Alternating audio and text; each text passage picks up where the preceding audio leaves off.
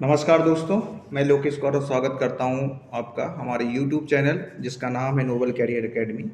आज हम CSS के बारे में पढ़ना चाह रहे हैं और CSS हम क्यों बनाते हैं, क्या ज़रूरत पड़ गई। भाई HTML में भी तो काम हो जाता था, तो फिर CSS की ही क्यों ज़रूरत पड़ी।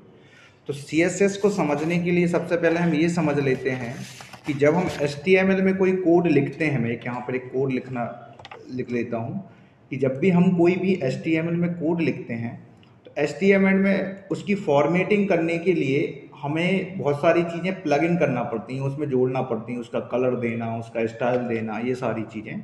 तो वो सारी चीज़ें करने के लिए मेरे बहुत टाइम जब वेस्ट हो जाता है, उससे बचने के लिए हम इस CSS का यूज़ कर लेते हैं।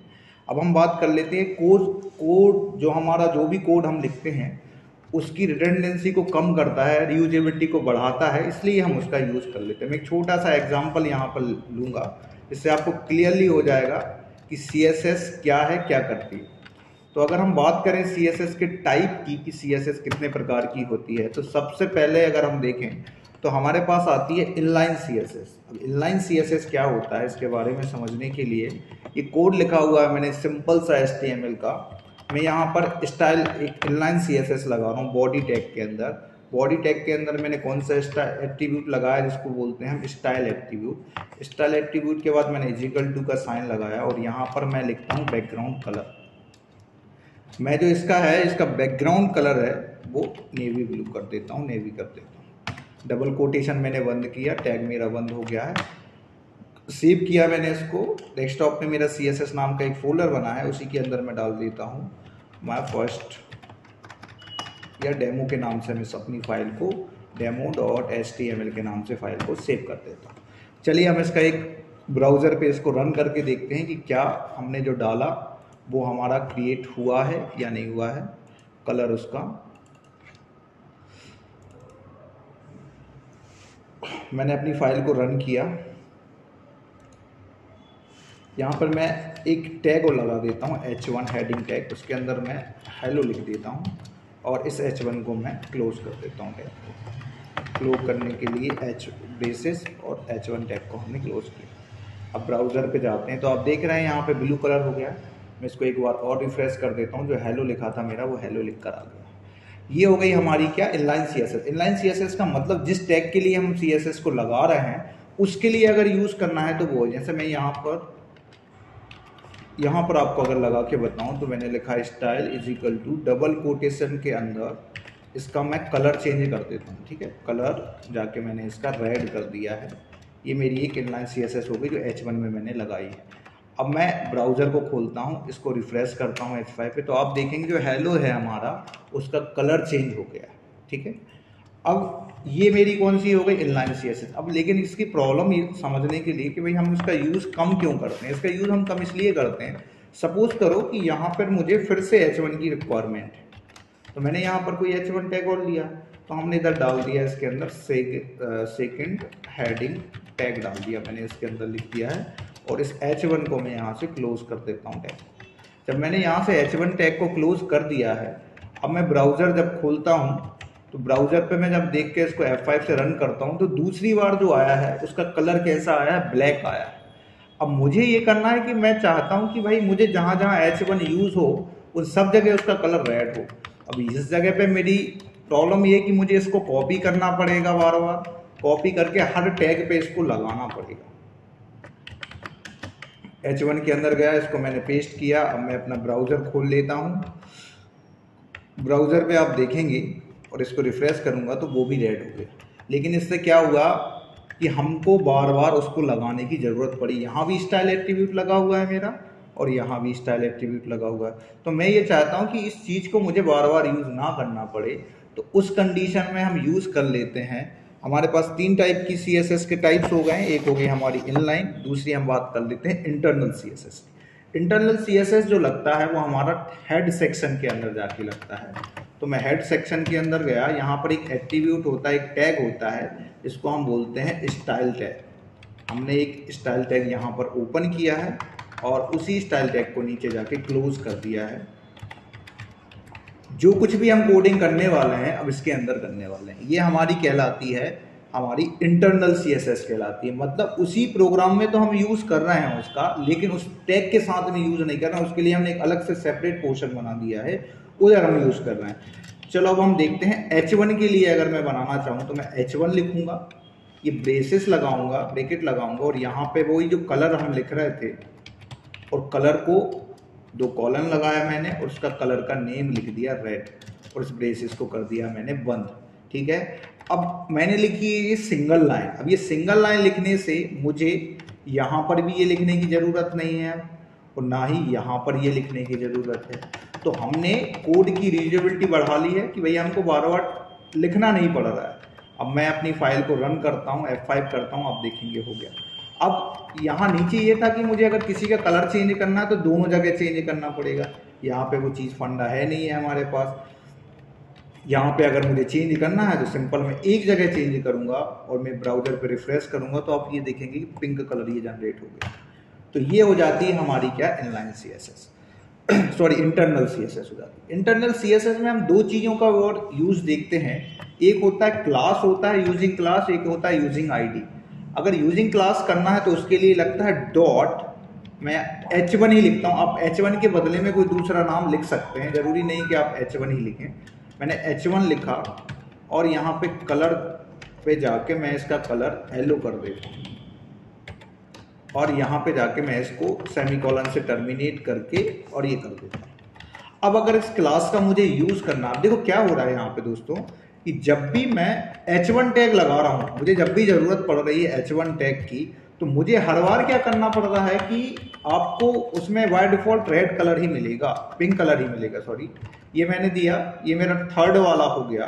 तो यहाँ पे अब जो कलर आ रहा है आपका वो कौन सा आएगा, आपका हमेशा ऑलवेज पिंक ही कलर आएगा। लेकिन मेरी रिक्वायरमेंट ये बोलती है कि भैया जो थर्ड वाला है उसका कलर चेंज हो जाना चाहिए। इसके कलर चेंज करने के लिए 2 तरीके। पहला तरीका, आप इसके अंदर वो क्लास बनाएं जो आपने बनाई, जो भी डॉट से स्टाइल टैग के अंदर आपने ये मेंशन किया है, डॉट H1 लिखा है आपने, तो इसी क्लास के अंदर जाएं, डबल कोटेशन लगाएं और इसके अंदर क्या लिख दें, आप H1 लिख दें। तो जैसे ही आपने इसके अंदर H1 लिखा और इसको रिफ्रेश किया तो आप देख रहे होंगे यहाँ पे जो थर्ड वाला का जो HTML टैग जो हमने लिखा था, इसका कलर हमारे पास चेंज हो गया है।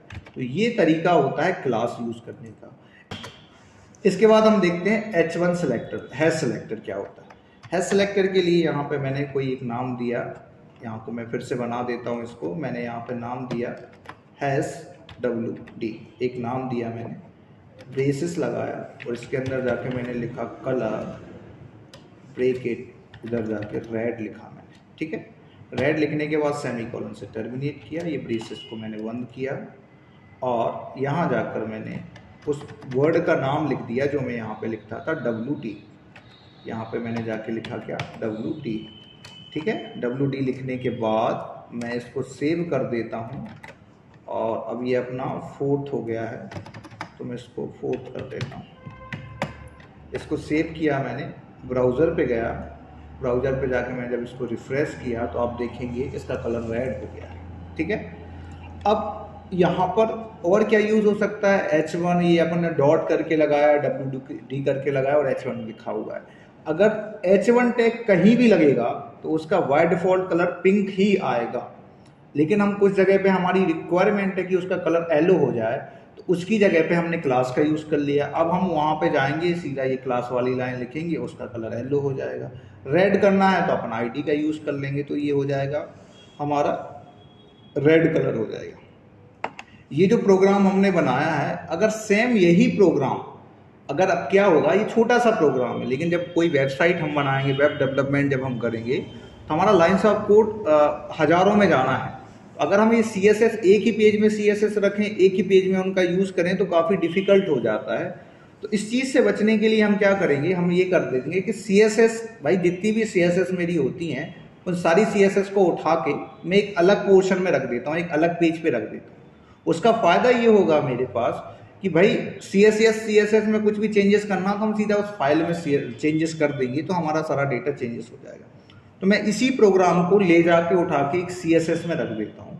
तो मैं एक फिर से यहाँ जाता हूँ, एक नई फाइल क्रिएट करता हूँ और जितनी भी CSS मेरी थी इन CSS को यहाँ से कट कर लेता हूँ।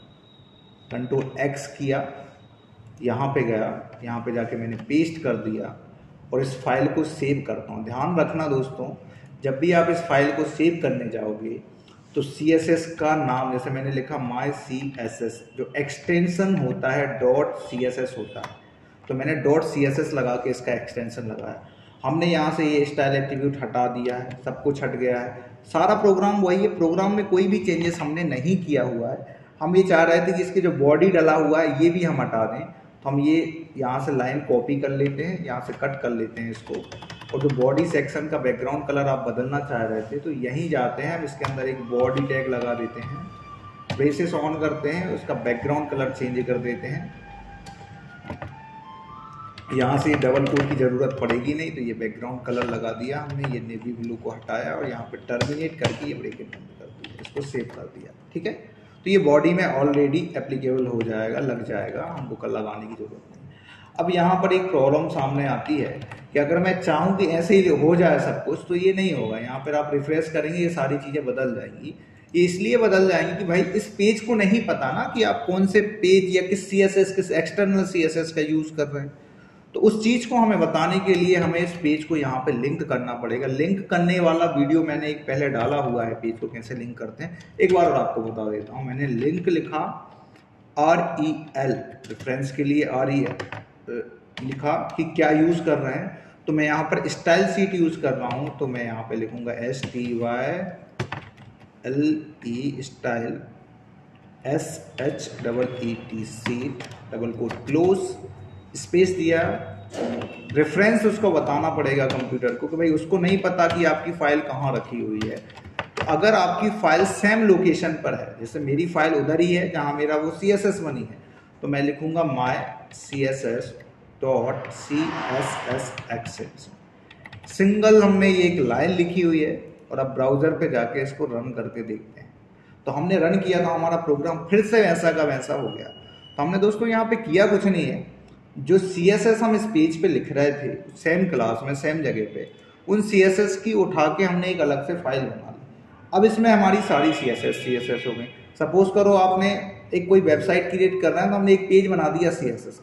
अब अगर कोई भी चेंजेस करना होगा, जैसे बैकग्राउंड कलर मुझे यहाँ से हटाना है, इसको ब्लू करना है या मुझे ब्लैक करना है, तो मैं सीधा यहाँ जाके ब्लैक लिख दूँगा। अब मैं जब यहाँ जाके ब्लैक लिखूंगा और ब्राउज़र को रन करूंगा तो मेरा बैकग्राउंड कलर ब्लैक हो जाएगा। तो मुझे और कहीं भी कुछ भी चेंजेस करने की रिक्वायरमेंट नहीं है, मैं सारे चेंजेस यहीं से यहीं कर सकता हूँ। आई होप आपको ये CSS समझ में आया होगा, क्या होता है, कैसे हम यूज़ करते हैं। मैं इसके नोट्स भी डाल दे रहा हूँ वीडियो के लास्ट में, तो आप लोग जाके वो नोट्स भी स्क्रीनशॉट ले लें कैसे चलाना है। और अगर आपको कोई डाउट हो, कोई समस्या आती है, तो अपने कमेंट करके मुझे ज़रूर बताएं। चैनल को सब्सक्राइब करना ना भूलें, अधिक से अधिक लोगों में शेयर करें, और ऐसे ही देखते रहें हमारे चैनल को। वीडियो देखने के लिए धन्यवाद। जय हिंद, जय भारत।